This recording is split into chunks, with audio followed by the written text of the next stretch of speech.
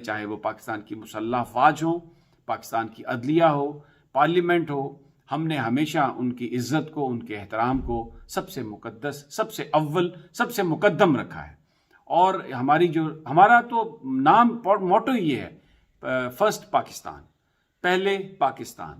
اور ہم پر تو الزام یہ لگتا رہا کہ ہم عدلیہ اور یعنی یہ الزام لگاتے رہے نون لیگ والے، اپوزیشن والے، کہ ہم عدلیہ اور جو پاکستان کی سیکورٹی فورسز ہیں ہم ان کے لیے کام کر رہے ہیں، ہم کو ان کا ایجنٹ تک کہا گیا۔ لیکن اب چیئرمین پیمرا سلیم صاحب نے ہم پر دوسری دفعہ پابندی لگائی ہے، ہمارے لائسنس کو 30 دنوں تک سسپینڈ کیا ہے۔ پاکستان میں آج تک کسی بھی لائسنس کو ٹیلی ویژن کے 30 دنوں کے لیے معطل نہیں کیا گیا۔ اگر کبھی کسی نے وائلیشن کی بھی ہے، جو کہ بعد میں کورٹ نے اس کو نل اینڈ وائڈ قرار دیا، پیمرا کے اس اقدام کو غلط قرار دیا، کوئی آج تک جو چینل سسپینشن کا ایک بھی جو اقدام ہے اس کو پاکستان کی عدلیہ نے، پاکستان کی کسی اعلیٰ عدالت نے اس کو نہیں کہا کہ یہ درست تھا اور یہ ٹھیک تھا۔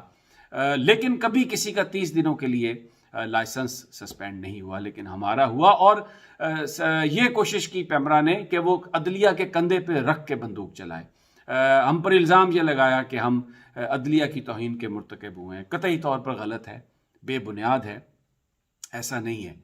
بول پر پابندی اس لیے 3-4 وجوہات ہیں، آپ مجھے تھوڑا ٹائم دیجیے گا، 5-7 منٹ، میں آپ کو پوری تفصیل سے یہ بتانا چاہتا ہوں۔ ایک تو یہ کوئنسائڈ ہے، یہ کوئنسیڈنس ہے، کوئنسائڈ کر گئی ہے، مجھے نہیں پتا، لیکن میں آپ کے گوش گزار یہ کرنا چاہتا ہوں، ہم اس پہ بلیو نہیں کرتے کہ بغیر ثبوت کے کسی پر الزامات لگائیں۔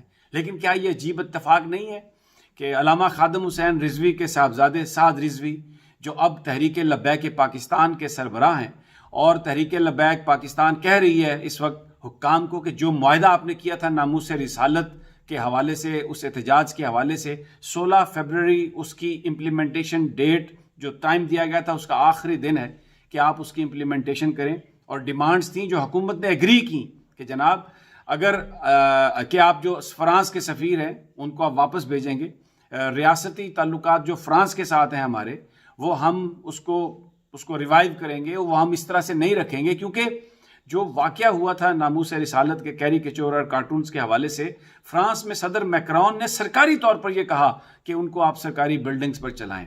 تو ایسی ریاست جو ہمارے نبی پاک صلی اللہ علیہ وسلم کی جو ناموس ہے اس پر جان بوجھ کر اس طرح کی حرکت کرے، تو ایسی ریاست سے ہمیں تعلق رکھنے کا کیا فائدہ؟